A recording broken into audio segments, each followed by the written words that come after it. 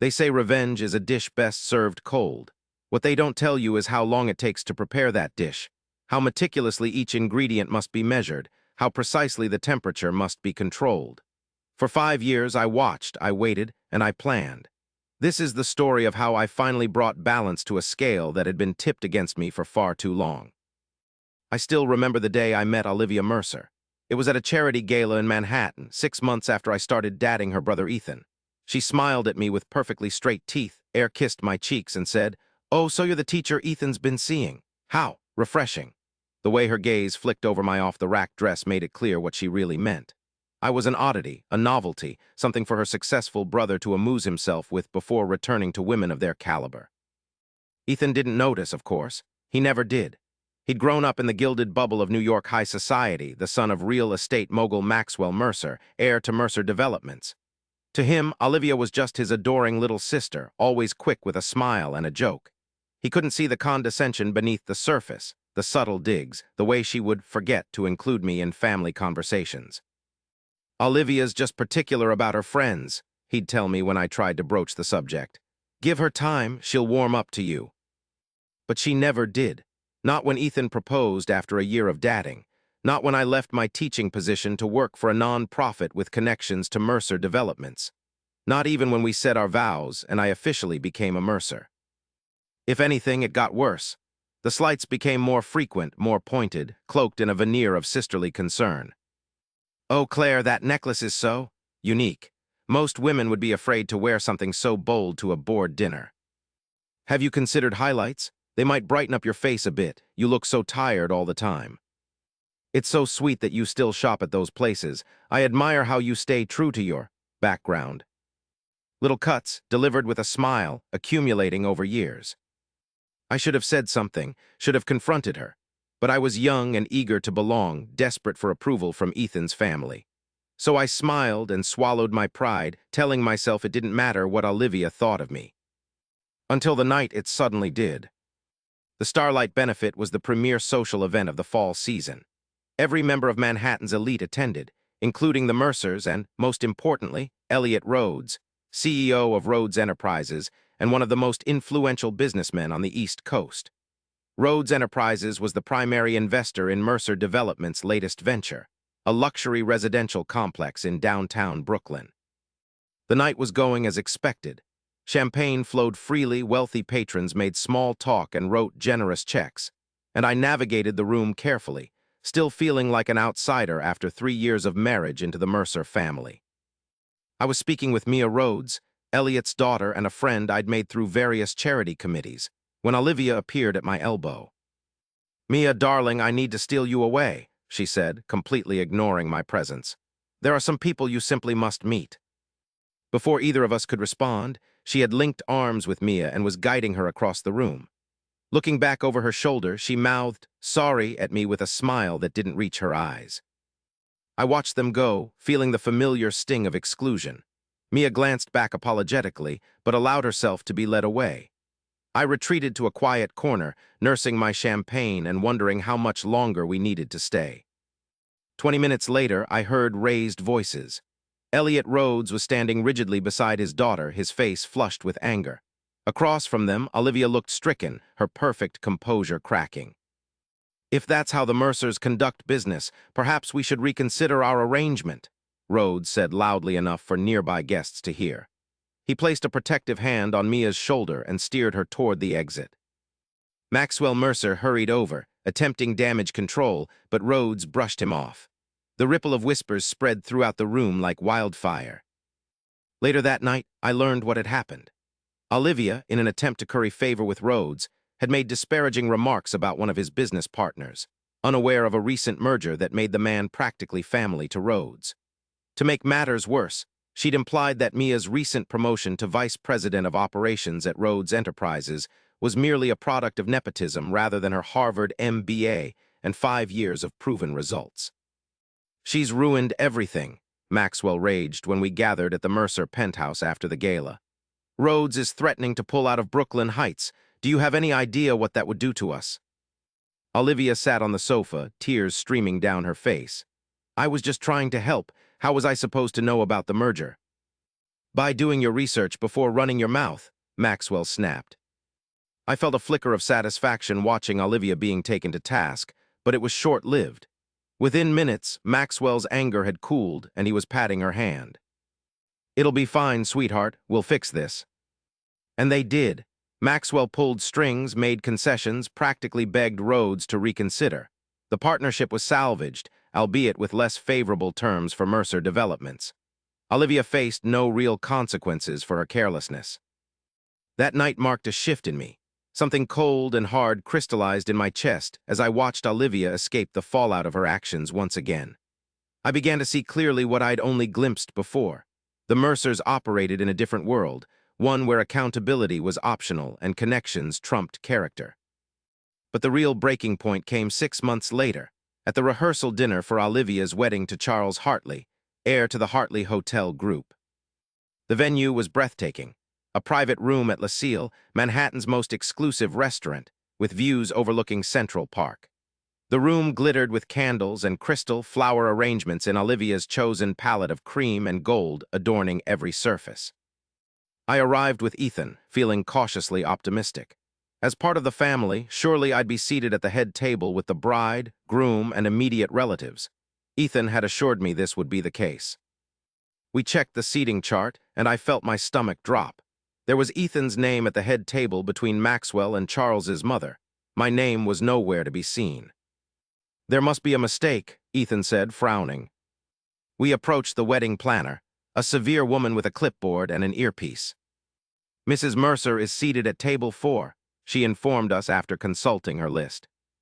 "That can't be right," Ethan insisted. "She's my wife, she should be at the family table." The woman smiled tightly. "I'm following the approved seating plan, Mr. Mercer. Table 4 is right over there."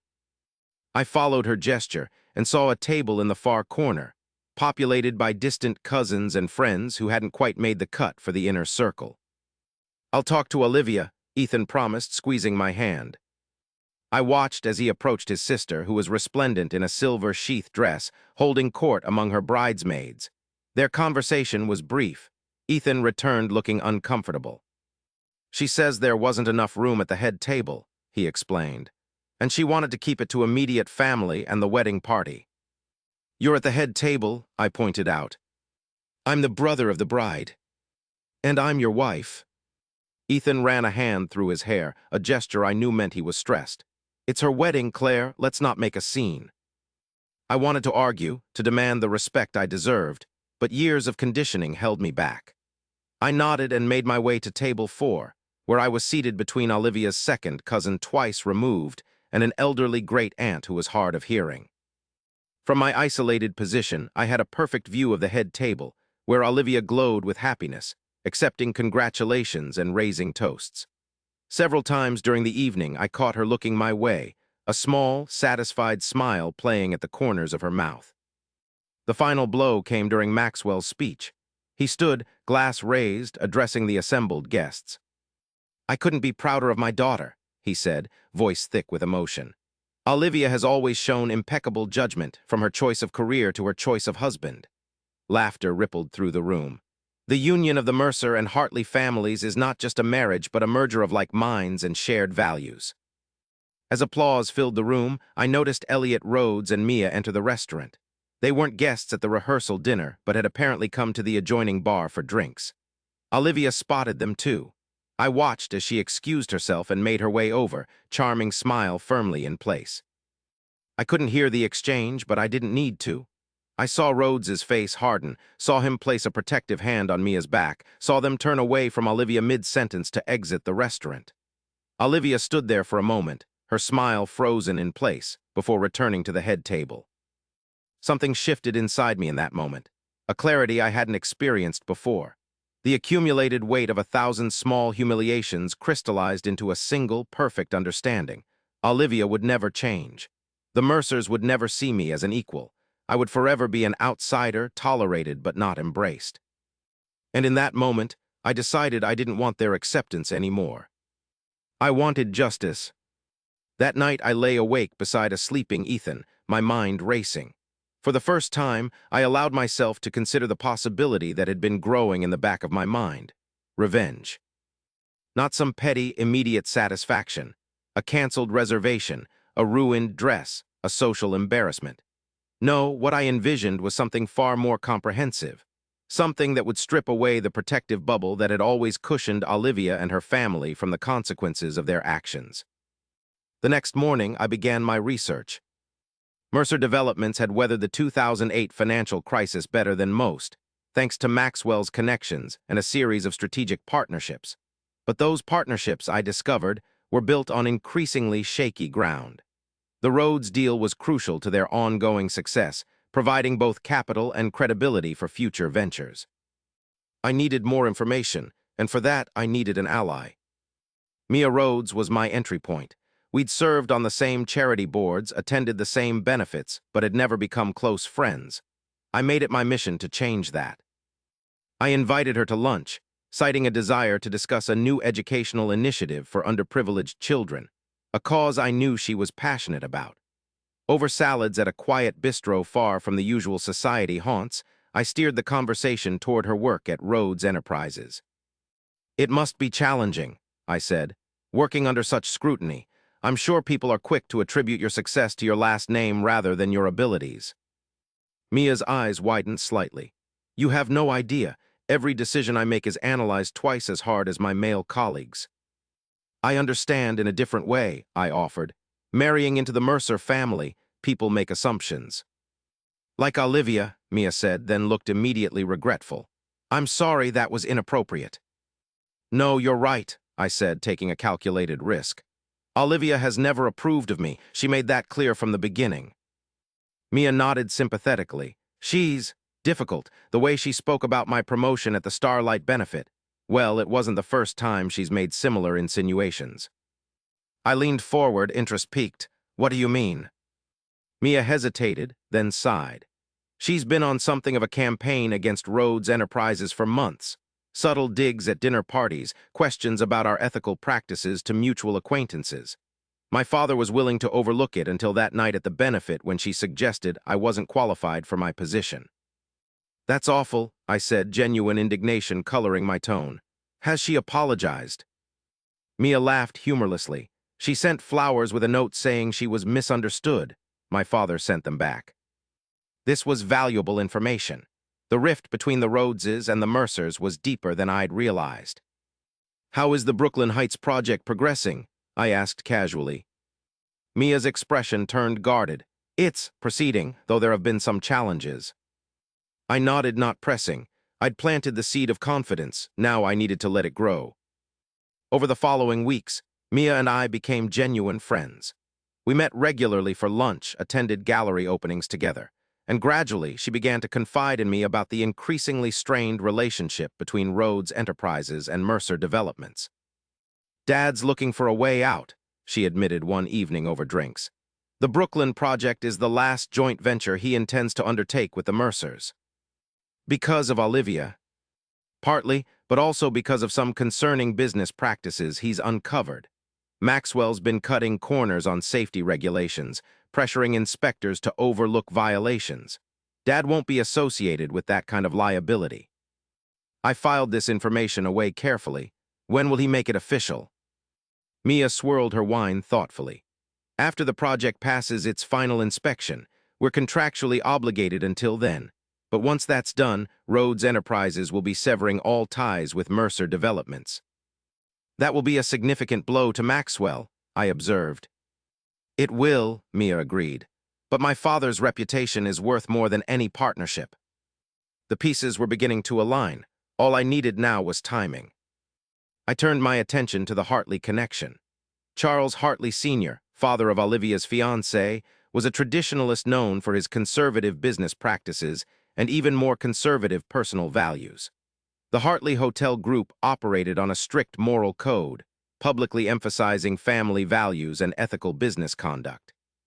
What would happen, I wondered, if he discovered Maxwell Mercer's ethical shortcuts, or if the Mercers' financial foundation suddenly seemed less secure? I began volunteering at Mercer Developments, offering to help with their charitable foundation, a transparent attempt to greenwash their corporate image. No one questioned my presence. I was Ethan's wife, after all, and charitable work was an acceptable pursuit for a society wife. This gave me access to files, conversations, and insights I wouldn't otherwise have had. Slowly, methodically, I built a comprehensive picture of the company's operations, its vulnerabilities, and its secrets. The final piece fell into place 3 months before Olivia's wedding. Ethan, in a rare moment of candor about the family business, revealed that Maxwell had leveraged virtually all of their assets on the Brooklyn Heights project. "It's a big gamble," he said, "but Dad's confident the returns will be worth it." "What if something goes wrong?" I asked. Ethan shrugged. "Nothing will go wrong. We have Rhodes backing us, and the Hartley connection opens doors. Dad knows what he's doing." But I knew something Ethan didn't. Rhodes was planning to pull out, and the Hartley's support was contingent on the Mercers' sterling reputation. All I needed to do was synchronize the revelation of both facts at the perfect moment. The engagement party for Olivia and Charles was held at the Hartley Hotel Group's flagship property, a glittering affair designed to celebrate not just the couple, but the joining of two powerful families. I arrived on Ethan's arm, wearing a simple black dress that I knew would irritate Olivia. She'd specifically requested that female guests wear pastels to complement her theme. It was a small rebellion, but it gave me satisfaction. The evening progressed as these events typically did. Speeches were made, champagne flowed, and the assembled elite congratulated themselves on another advantageous alliance. I moved through the room like a ghost, observing, listening, waiting. Maxwell Mercer gave a boisterous toast, talking about legacy and partnership with Charles Hartley Sr. nodding approvingly at his side. Olivia sparkled in a pale pink gown, accepting congratulations with practiced grace. I was at the bar when my phone buzzed. A text from Mia, "It's done. Dad pulled the plug. Press release goes out tomorrow morning." My pulse quickened. Rhodes had moved up the timeline. This changed everything. Across the room, I saw Charles Hartley Sr. answer his phone, his expression shifting from jovial to concerned in an instant. He stepped away from the celebration, moving toward a quiet corner. I followed discreetly, positioning myself near enough to overhear his conversation. "Are you certain?" he was saying. "Rhodes is pulling out completely, but the inspection—" He listened for a moment, his face growing increasingly grim. "And the safety violations, how serious are we talking?" Another pause. "I see, no, of course not. The Hartley name can't be associated with—" Yes, I understand. Thank you for bringing this to my attention." He ended the call and stood motionless for a long moment, conflict evident on his face. Then, squaring his shoulders, he returned to the party, making a beeline for Maxwell. I watched as the two men exchanged words, Maxwell's expression morphing from confusion to alarm. They moved together toward a side room, joined moments later by Olivia and Charles. The party continued around them, guests oblivious to the drama unfolding behind closed doors. I sipped my champagne and waited, a strange calm settling over me. 20 minutes later, the door opened. Charles emerged first, face ashen. Olivia followed, tears streaming down her face, her carefully applied makeup creating dark rivulets on her cheeks. She caught sight of me watching, and her expression hardened into something ugly and knowing. In that moment, I think she realized I had something to do with what was happening.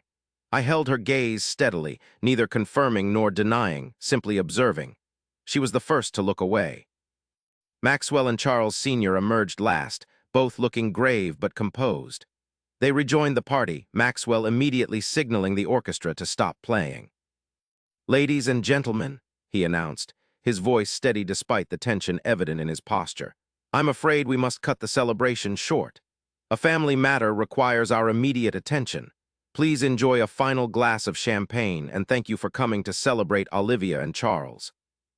The murmurs began instantly. In high society, an abruptly ended engagement party could only mean one thing: trouble.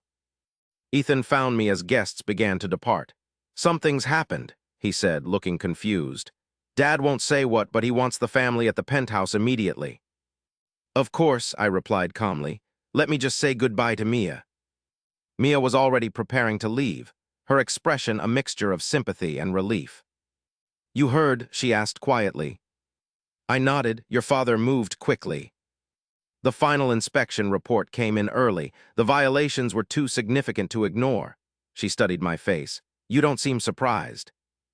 The Mercers have been cutting corners for years, I said carefully. It was bound to catch up with them eventually. Mia hesitated, then said, Dad received an anonymous tip about where to look for the most serious violations. A very specific, very accurate tip. Her gaze was penetrating. You wouldn't know anything about that, would you, Claire? I met her eyes steadily. I'm just a society wife, Mia. What would I know about construction violations? A small smile played at her lips. Of course, my mistake. She squeezed my arm gently. Good luck with whatever comes next. At the Mercer penthouse, chaos reigned. Maxwell was on the phone in his study, door closed but voice audible as he pleaded with someone, Rhodes, I presumed. Olivia sat on the sofa, her perfect posture abandoned as she slumped forward, staring blankly at the floor. Charles had not accompanied them. What's happening? Ethan asked, looking from his sister to the closed study door. Olivia raised her head, eyes red-rimmed and venomous. The wedding's off, she spat. Charles's father says the Hartleys can't align themselves with a company under investigation for safety violations. She made air quotes around the words. And Rhodes is pulling out of the Brooklyn project, publicly, tomorrow. Ethan's face paled. That's not possible, the contracts. Apparently there was a clause about compliance with safety standards, standards that Dad apparently didn't meet. Olivia's gaze settled on me, narrowing. It's quite a coincidence, isn't it? The Rhodes announcement and the Hartleys finding out about the violations on the same night. I raised an eyebrow. Is it? Sounds like poor business practices catching up to your father. You, Olivia began, rising from the sofa. The study door opened, cutting her off. Maxwell emerged, looking every one of his 65 years. It's over, he said simply. Rhodes is out. The Hartleys are out. Charles Sr. has called off the wedding. He can't do that, Olivia cried. Charles and I. Charles agrees with his father, Maxwell said heavily. He says he can't trust a family that would put profit above safety and legal compliance. Olivia collapsed back onto the sofa, burying her face in her hands. What does this mean for the company? Ethan asked. Maxwell sank into an armchair. Without Rhodes's backing, we can't complete Brooklyn Heights. The banks will call in our loans. We're overextended, Ethan. Significantly overextended. We'll fight it, Ethan insisted. We'll sue Rhodes for breach of contract. Maxwell shook his head wearily. The violations are real, son. We'd lose, and it would only drag our name further through the mud. He gazed around the penthouse with its priceless art and antiques. We'll have to liquidate everything. The company, the properties, the assets. It's all going to be gone. Olivia let out a strangled sob. This can't be happening. My wedding is in 3 months. I'm going to be a Hartley, not some disgraced Mercer. There won't be a wedding, Maxwell said firmly. Charles was quite clear on that point. I watched the scene unfold with a sense of detached fascination. This was exactly what I had orchestrated, yet now that it was happening, I felt oddly hollow. The Mercers were falling just as I'd planned, so why wasn't I experiencing the satisfaction I'd expected? Ethan turned to me, confusion and fear in his eyes. Claire, what are we going to do? The question caught me off guard. In all my planning, I'd focused on Olivia's downfall, on making the Mercers pay for years of slights and dismissals. I hadn't fully considered what it would mean for Ethan, or for me. I looked at my husband, really looked at him. Ethan wasn't like the rest of his family. He was privileged and sometimes oblivious, yes, but he was also kind and genuinely good-hearted. He'd never treated me as less than, never made me feel I didn't belong. He'd simply failed to see how his sister did. We'll figure it out, I said, taking his hand, together. And in that moment, I realized that revenge wasn't going to be the clean, satisfying experience I'd imagined. It was messy and complicated, with consequences that rippled far beyond my intended target.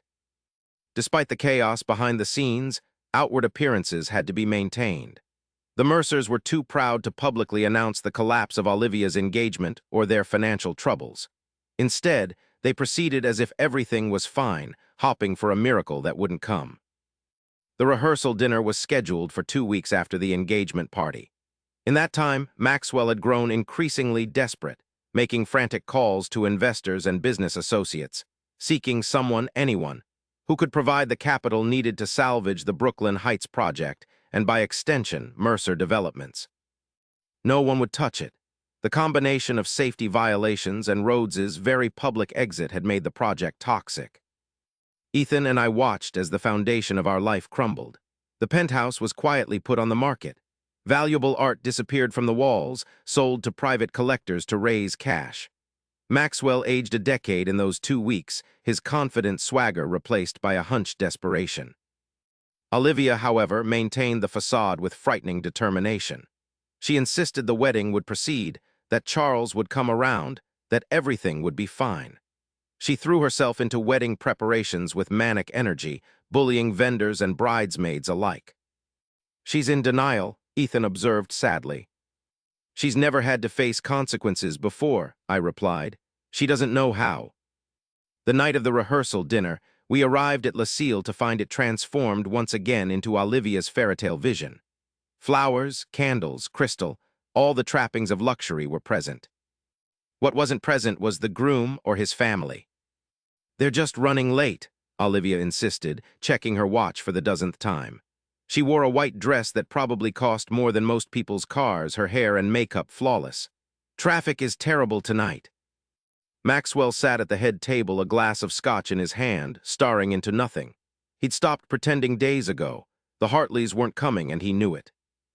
The other guests shifted uncomfortably, exchanging glances as the minutes ticked by. The wedding planner fluttered anxiously, trying to salvage the increasingly awkward situation. "Perhaps we should begin with a toast," she suggested, signaling the waitstaff to pour champagne. Olivia nodded mechanically. "Yes, a toast. Dad, you'll say a few words." Maxwell looked up, seemingly surprised to be addressed. He cleared his throat and stood, raising his glass. "To my daughter, Olivia," he began, voice rough, "who has always been." He was interrupted by a commotion at the entrance to the private dining room. All heads turned to see Charles Hartley standing there, alone and looking deeply uncomfortable. Olivia's face lit up.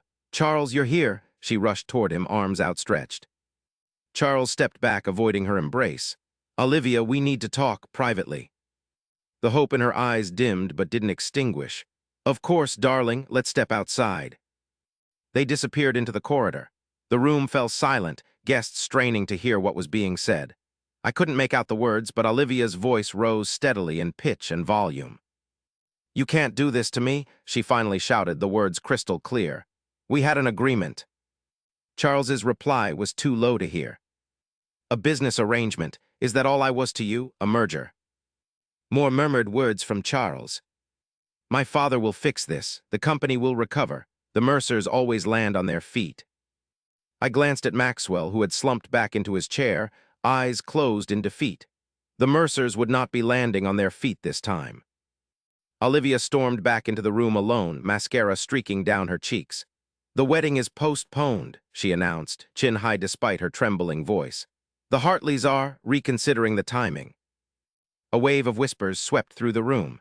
Society's elite could smell blood in the water. "Please enjoy your dinner," Olivia continued, attempting dignity. "The chef has prepared a wonderful—" She was cut off by the ping of multiple phones. Guests began checking their devices, and the whispers intensified. "What is it?" Olivia demanded. "What's happening?" One of her bridesmaids approached hesitantly, holding out her phone. "Olivia, you should see this." I didn't need to see the screen to know what it showed. Mia had texted me just before we arrived at the restaurant. Press release just went out. Dad's officially terminating all partnerships with Mercer Developments, citing irreconcilable differences in business ethics. The timing was impeccable.